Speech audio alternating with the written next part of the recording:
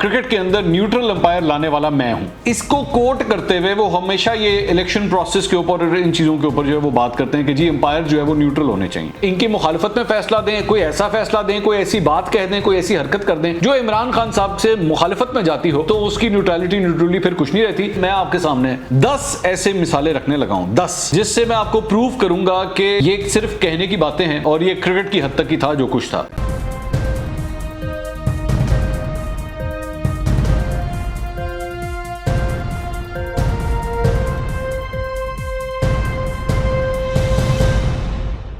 अस्सलाम वालेकुम नाज़रीन, मैं हूं मंसूर अली खान। अपने YouTube चैनल के ऊपर आपको खुशामदीद कहूँगा। सबसे पहले आपसे दरख्वास्त के चैनल को सब्सक्राइब करना मत भूलिएगा और बेल आइकन ज़रूर प्रेस कीजिएगा। नाज़रीन, आप जानते हैं इमरान खान साहब जो हैं वो एक क्रिकेटर रह चुके हैं, क्रिकेट के बल्कि कप्तान भी रह चुके हैं, और अपनी तकरीरों के अंदर अक्सर वो एक बात कहते हैं जो मैंने कई दफ़ा उनकी तकरीरों के अंदर सुनी है। वो क्रेडिट लेते हैं इस बात का कि क्रिकेट के अंदर न्यूट्रल अंपायर लाने वाला मैं हूँ, मेरी वजह से क्रिकेट के अंदर जो है वो न्यूट्रल अंपायर इंट्रोड्यूस हुए थे, और उसका सहरा वो हमेशा अपने सर बांधते हैं। जबकि हकीकत यह है कि उसमें और भी बहुत से लोग थे, सिर्फ इमरान खान साहब नहीं थे, बहुत से लोगों की काविश की वजह से सब कुछ हुआ था। बट स्टिल एनीवेज, इसको कोट करते हुए वो हमेशा ये इलेक्शन प्रोसेस के ऊपर और इन चीज़ों के ऊपर जो है वो बात करते हैं कि जी अंपायर जो है वो न्यूट्रल होने चाहिए। लेकिन मैं आपके सामने 10 ऐसे मिसालें रखने लगा हूँ, 10, जिससे मैं आपको प्रूव करूंगा कि ये सिर्फ कहने की बातें हैं और ये क्रिकेट की हद तक ही था जो कुछ था। न्यूट्रलिटी के साथ इनका कोई ताल्लुक नहीं है, क्योंकि ज़िंदगी में जब भी इनके खिलाफ अगर किसी ने आवाज़ बुलंद की है, या इनकी बात से इख्तलाफ किया है, या इनके सामने खड़ा होने की कोशिश की है, या इनकी मर्जी का फैसला नहीं आया, तो फिर वो बंदा, वो शख्स उसी वक्त जो है वो इनके खिलाफ हो जाते हैं और इनको वो नाकाबिले बर्दाश्त हो जाता है वो बंदा। मैं 10 एग्जाम्पल्स आपके सामने रखने जा रहा हूँ। सबसे पहले अकबर एस बाबर साहब, ये फाउंडिंग मेंबर थे पाकिस्तान तहरीक इंसाफ के। इन्होंने इमरान खान साहब के साथ ये तहरीक इंसाफ शुरू की थी, लेकिन आगे चलते चलते जब अकबर एस बाबर साहब ने इमरान खान साहब की बातों से इख्तलाफ करना शुरू किया और अकबर एस बाबर साहब ने जो है वो पाकिस्तान तहरीक इंसाफ के अकाउंट्स के हवाले से तफसीलात जानना शुरू की, तो वहाँ पर अकबर एस बाबर साहब इनको बुरे लगना शुरू हो गए और अकबर एस बाबर साहब को पार्टी के अंदर पहले साइडलाइन किया गया। और उसके बाद मामला यहाँ तक पहुँचा कि अब अकबर एस बाबर साहब इलेक्शन कमीशन ऑफ पाकिस्तान के अंदर बैठे हैं और वो इनसे तफसीलात मांग रहे हैं पाकिस्तान तहरीक इंसाफ की ममनुआ फंडिंग केस के हवाले से। तो अकबर एस बाबर साहब की तो न्यूट्रलिटी क्या होनी थी, वो तो खुद पाकिस्तान तहरीक इंसाफ में ही थे, लेकिन चूंकि इमरान खान साहब के सामने आवाज़ बुलंद करने की कोशिश की, फारिग। ठीक है, मिसाल नंबर 2, और ये ऐसी मिसाल है जो सिर्फ और सिर्फ सियासत के अंदर नहीं, पाकिस्तान तहरीक इंसाफ के अंदर नहीं, बल्कि इंसाफ के जो सर्कल्स हैं, जो कानून के और जस्टिस के जो सर्कल्स हैं, वो तमाम फ्रेटर्निटी इस शख्सियत की इज्जत करती आई है। और सिर्फ और नहीं, बल्कि जस्टिस इन साहब की इज्जत जो है वो ऑपोजिशन, वो लोग जो पाकिस्तान तहरीक इंसाफ के मुखालिफ थे, वो भी इनकी हमेशा इज्जत करते आए हैं। वो थे जस्टिस वजीउद्दीन साहब। जस्टिस वजीउद्दीन साहब जो हैं वो पाकिस्तान तहरीक इंसाफ का हिस्सा थे। बड़े शौक से वो पाकिस्तान तहरीक इंसाफ में आए। जब वो आए उनकी बड़ी तारीफ़ें की गई, इमरान खान साहब ने भी बड़ी तारीफ़ की। लेकिन फिर हुआ क्या कि पार्टी के इंट्रा पार्टी इलेक्शंस के लिए जस्टिस वजीउद्दीन साहब को ये जिम्मेदारी ठहराई गई और जस्टिस वजीउद्दीन ने एक अदद रिपोर्ट बना दी इंट्रा पार्टी इलेक्शंस के हवाले से, जिसमें उन्होंने कहा कि जनाब इंट्रा पार्टी इलेक्शंस के अंदर पैसा भी चला है, धांधली भी हुई है। और उन्होंने जहांगीर तरीन ग्रुप के खिलाफ जो है वो रिपोर्ट निकाली और उसके अंदर उन्होंने कहा कि ये इलेक्शंस फ्री एंड फेयर नहीं थे। जस्टिस वजीउद्दीन जैसे इंसान को जो है वो पार्टी के अंदर उसके बाद साइडलाइन किया गया। इमरान खान साहब को उनकी ये रिपोर्ट नाकाबिले बर्दाश्त हुई, बिल्कुल कतई तौर पे पसंद नहीं आई और उन्होंने जस्टिस वजीउद्दीन साहब की रिपोर्ट को उठा के साइड पे फेंक दिया। किसी रहनुमा के खिलाफ जो उसमें लिखा गया था कि जी आपको इनके खिलाफ एक्शन लेना चाहिए, जिसमें जहांगीर तरीन शामिल थे, अलीम खान शामिल थे, किसी के खिलाफ इमरान खान साहब ने कोई एक्शन नहीं लिया। और वही जस्टिस वजीउद्दीन साहब जो एक जज भी रह चुके हैं, बहुत ही मारूफ कानूनदान रह चुके हैं, उनको भी जो है वो साइडलाइन कर दिया गया और आज तक जस्टिस वजीउद्दीन साहब के साथ जो है वो मामला इमरान खान साहब के तय नहीं हो सके। तो इमरान खान साहब के चूंकि हक में फैसला नहीं था, जिस तरह का फैसला उनको चाहिए था, रिपोर्ट में वो सब कुछ नहीं था। जस्टिस वजीउद्दीन साहब भी फारिग। 2 मिसालें हो गई। तीसरी मिसाल जो थी वो तस्नीम नूरानी साहब की थी। तस्नीम नूरानी साहब जो हैं इनको जिम्मेदारी दी गई थी। ये भी एक ब्यूरोक्रेट थे और बड़े नामी ग्रामी इनका नाम था। पाकिस्तान तहरीक इंसाफ में इनको जिम्मेदारी मिली कि जनाब आपने पार्टी के इंट्रा पार्टी इलेक्शंस करवाने हैं। तस्नीम नूरानी साहब जो है बड़े फ्री एंड फेयर तरीके से पार्टी के अंदर इलेक्शंस करवाना चाहते थे, अक्रॉस द बोर्ड इलेक्शंस करवाना चाहते थे, लेकिन इमरान खान साहब को इनकी ये बात जो है वो भी नागवार गुजरी। और तस्नीम नूरानी साहब जो कि बड़े रिस्पेक्टेबल एक शख्सियत हैं और पार्टी के अंदर बड़ी उनकी रिस्पेक्ट थी, तस्नीम नूरानी साहब के फैसले जो हैं वो इमरान खान साहब को पसंद नहीं आए और अल्टीमेटली तस्नीम नूरानी साहब ने भी जो है वो अपने ओहदे से, पाकिस्तान तहरीक इंसाफ के उस ओहदे से इस्तीफ़ा दे दिया और वो भी साइडलाइन हो गए। 3 होगी मिसालें।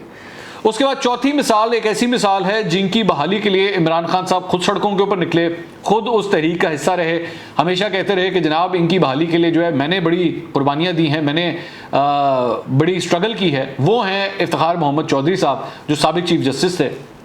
लेकिन फिर उसके बाद क्या हुआ कि सब कुछ ठीक चल रहा था, इफ्तिखार चौधरी साहब की बहाली तक बहुत सब कुछ ठीक चल रहा था। लेकिन फिर हुआ क्या कि 2013 के इलेक्शंस हुए और इफ्तिखार चौधरी साहब के ऊपर जो है वो इल्ज़ाम लगाया गया कि जनाब आपने जो है वो इन इलेक्शंस में रिगिंग भी की है और आपने जो जुडिशल ऑफिसर्स हैं उनसे जाके खिताब भी किया है। 35 पंचर की कहानियाँ भी जो है वो इमरान खान साहब की जानिब से घड़ी गई और उसके बाद इफ्तिखार मोहम्मद चौधरी साहब भी जो हैं, बल्कि मुझे अच्छी तरह याद है कि इन्होंने ये भी कहा था कि जी हमारी अदलिया का किरदार जो है बड़ा शर्मनाक है, जिसके बाद इनको अदालत में बुला लिया गया था। वो दिन और आज का दिन इफ्तिखार मोहम्मद चौधरी साहब भी जो हैं वो इमरान खान साहब की नज़रों में बड़े ख़राब हो गए हैं, बहुत बुरे हैं और इफ्तिखार मोहम्मद चौधरी साहब के हवाले से भी अब तक वो उनके खिलाफ बयान देते हैं। इफ्तिखार मोहम्मद चौधरी साहब भी फारिग। 4 होगी। उसके बाद जहाँ पे मौजूदा चीफ इलेक्शन कमिश्नर के हवाले से बयानात का सिलसिला जारी है, ये पहले चीफ इलेक्शन कमिश्नर नहीं है जिनसे इमरान खान को मसला हुआ है। इससे पहले फखरुद्दीन जी इब्राहिम साहब, वेरी रिस्पेक्टेबल नेम, इनका भी जो कानून के सर्कल्स हैं उनके अंदर आज तक इनका नाम लिया जाता है। अब इस दुनिया में नहीं रहे, लेकिन जब ये 2013 के इलेक्शन हुए थे तो चीफ इलेक्शन कमिश्नर की जिम्मेदारी इनके पास थी। फखरुद्दीन जी इब्राहिम एक ऐसी शख्सियत थे, जब इनको चीफ इलेक्शन कमिश्नर नामजद किया गया था तो इमरान खान साहब ने तब भी बड़ी तारीफें की थी कि बड़ा अच्छा आदमी आया है, बहुत अच्छी ये चॉइस है और इनके अंडर जो है 2013 के इलेक्शंस बहुत अच्छे होंगे। लेकिन फिर हुआ ये कि 2013 के अंदर पार्टी इलेक्शंस हार गई और जब हार गई तो जाहिर बात है किसको स्केपगोट बनाना था, किस पे जिम्मेदारी डालनी थी, वो थे चीफ इलेक्शन कमिश्नर फखरुद्दीन जी इब्राहिम साहब। इमरान खान साहब उनसे भी नाराज हो गए और इनके बारे में भी उन्होंने कहना शुरू कर दिया कि इनको तो पता ही नहीं था कि इलेक्शन किस तरह कराने, इनकी तो उम्र इतनी ज़्यादा हो गई, इनको तो पता ही नहीं है। और एक दफ़ा बल्कि इन्होंने किसी तकरीर के अंदर नवाज शरीफ साहब के बारे में बड़े कोई नाजेबा किस्म के अल्फाज कहे थे तो इलेक्शन कमीशन ने इनको नोटिस जारी किया था। तो फखरुद्दीन जी इब्राहिम चूंकि 2013 का इलेक्शन जो है वो इमरान खान साहब की मर्जी के मुताबिक नहीं करा सके तो वो भी इनकी बैड बुक्स में आ गए और यहाँ पे भी उनकी न्यूट्रलिटी और उनकी वो सब कुछ जो इज्जत और एहतराम जो इमरान खान साहब ने पहले उनको दिया था वो खुदे लाइन लग गया। फखरुद्दीन जी इब्राहिम साहब भी फारिग। 5 होगी जी। छठी जो शख्सियत है वो तो इमरान खान साहब की अपनी पार्टी के अंदर है और बल्कि थे, उनको भी आजकल साइडलाइन कर दिया गया है, वो है हामिद खान साहब। हामिद खान साहब जो है वो भी एक मारूफ कानूनदान है और बार पॉलिटिक्स में एक बहुत बड़ा नाम है और हामिद खान साहब जो है वो पाकिस्तान तहरीक इंसाफ के शुरू के मेंबर्स में से हैं जब पाकिस्तान तहरीक इंसाफ बनाई गई थी, तो इनका बड़ा रोल है। लेकिन हुआ ये कि हामिद खान साहब जो हैं वो जहांगीर तरीन ग्रुप के खिलाफ आके खड़े होते थे और जब ये हुकूमत आके बनी इससे पहले तक हामिद खान साहब जो हैं वो पैनमा केस का जब आगाज़ हुआ था तो हामिद खान साहब को इसकी जिम्मेदारी दी गई थी। ये वकील थे उस केस के अंदर, लेकिन फिर केस के बीच में ही हामिद खान साहब को साइडलाइन कर दिया गया और उसके बाद जब ये हुकूमत बनी तो एक दफ़ा फिर से जहांगीर तरीन साहब को इनिशियली जब उन दिनों में इन्वॉल्व किया गया था तो हामिद खान साहब जो हैं वो इसके खिलाफ भी बात करते थे कि जनाब पार्टी में जो कुछ हो रहा है ये नहीं होना चाहिए। अल्टीमेटली क्या हुआ कि हामिद खान साहब को भी शो कॉज नोटिस जारी किया गया और हामिद खान साहब भी फारिग, साइड पे हो गए। उसके बाद जस्टिस काजी फाइज ईसा साहब जो मौजूदा जज हैं उनके खिलाफ, जबकि पूरी फ्रेटर्निटी कानून की जो फ्रेटर्निटी है और सिविल सोसाइटी है वो इनको बड़े हाई रिगार्ड देती है, लेकिन काजी फाइज ईसा साहब जो इस वक्त एक मुंसिफ के ओहदे के ऊपर बैठे हुए हैं, चूंकि इनके चंद फैसले पसंद इमरान खान साहब को नहीं आए, बल्कि चलें यही कहना चाहिए कि इमरान खान साहब को पसंद नहीं आए, तो इमरान खान साहब को जो पसंद नहीं आए तो जस्टिस काजी फाइज ईसा के खिलाफ भी हुकूमत ने रेफरेंस फाइल कर दिया और मेरी इतलात के मुताबिक उनको हटाने के लिए कोशिशें आज के दिन तक जारी हैं। तो न्यूट्रलिटी का जो ये मिसालें हैं, 7 मिसालें मैंने अब तक आपको दे दी हैं। 8वीं मिसाल तो मौजूदा चीफ इलेक्शन कमिश्नर, इनके खिलाफ महाज अभी जारी है। वो और बात है कि इनको लाने वाले खुद इमरान खान साहब थे, इनको रिकमेंड करने वाले खुद इमरान खान साहब थे, ये इनकी चॉइस थी जिसको अपोजिशन ने एक्सेप्ट किया था और इन्होंने खुद बड़ी तारीफें की हुई, इनके अपनी मिनिस्ट्रीज ने तारीफें की हुई हैं।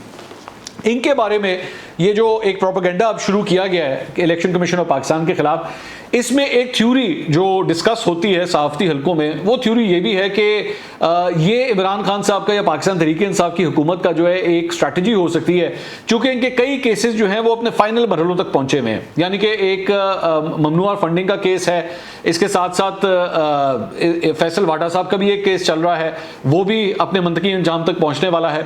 तो इससे पहले इलेक्शन कमीशन ने जो चंद फैसले किए हैं, चाहे वो सेनेट में इलेक्शंस के अंदर शो ऑफ हैंड्स हो या सीक्रेट बैलेट के जरिए वोटिंग का मामला हो, इलेक्ट्रॉनिक वोटिंग मशीन का मामला हो या डस्का के इलेक्शंस का मामला हो, यहां से सब कुछ इलेक्शन कमीशन ने उस तरह फैसले नहीं दिए जो इमरान खान साहब को पसंद आए। तो इसलिए शायद अभी से चीफ इलेक्शन कमिश्नर के ऊपर ये सारे अटैक्स जो हैं वो स्टार्ट कर दिए गए हैं, ताकि कल को अगर फॉरेन फंडिंग केस के अंदर और फैसल वाडा के खिलाफ, जो कि लाडला हैं इमरान खान साहब के, उनके खिलाफ अगर फैसला आ गया तो ये कम से कम कह सके कि जी हमें तो पहले इनके ऊपर एतमाद नहीं था। और अगले इलेक्शन भी जो है वो उनकी कोशिश है कि कम से कम इस चीफ इलेक्शन कमिश्नर के अंडर ना हो।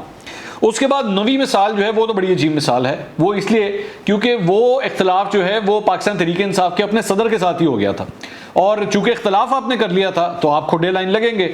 वो थे जावेद हाशमी साहब, जो मुस्लिम लीग नून से उठ के पाकिस्तान तहरीक इंसाफ में गए थे, धरने में उनके साथ थे, लेकिन यहाँ पे इख्तलाफ की जुर्रत कर बैठे कि इमरान खान साहब ये जो पार्लियामेंट के ऊपर आप जो कुछ कर रहे हैं या पीटीवी में दाखिल हो रहे हैं ये गलत है, ये आइन के तहत नहीं होना चाहिए, आप आइन की खिलाफ वर्जी कर रहे हैं।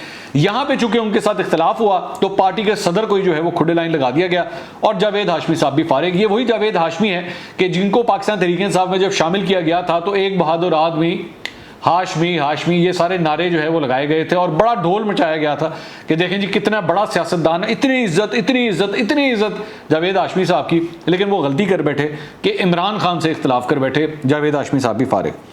10वीं जो मिसाल है और आखिरी मिसाल जो मैं आपके सामने रखने लगा हूं, ये वो शख्सियत हैं जिनका 2013 से लेकर 2018 के दरमियान केपी के अंदर जब इनकी तैनाती हुई थी तो इन्होंने पुलिस रिफॉर्म्स का काम किया था और इनके पुलिस रिफॉर्म्स पे पाकिस्तान तहरीक इंसाफ ने उसका हर जगह ढिंढोरा पीटा था कि जी ऐसा बंदा ही कोई नहीं, ऐसा कमाल आदमी कोई नहीं, क्या प्रोफेशनल आदमी है।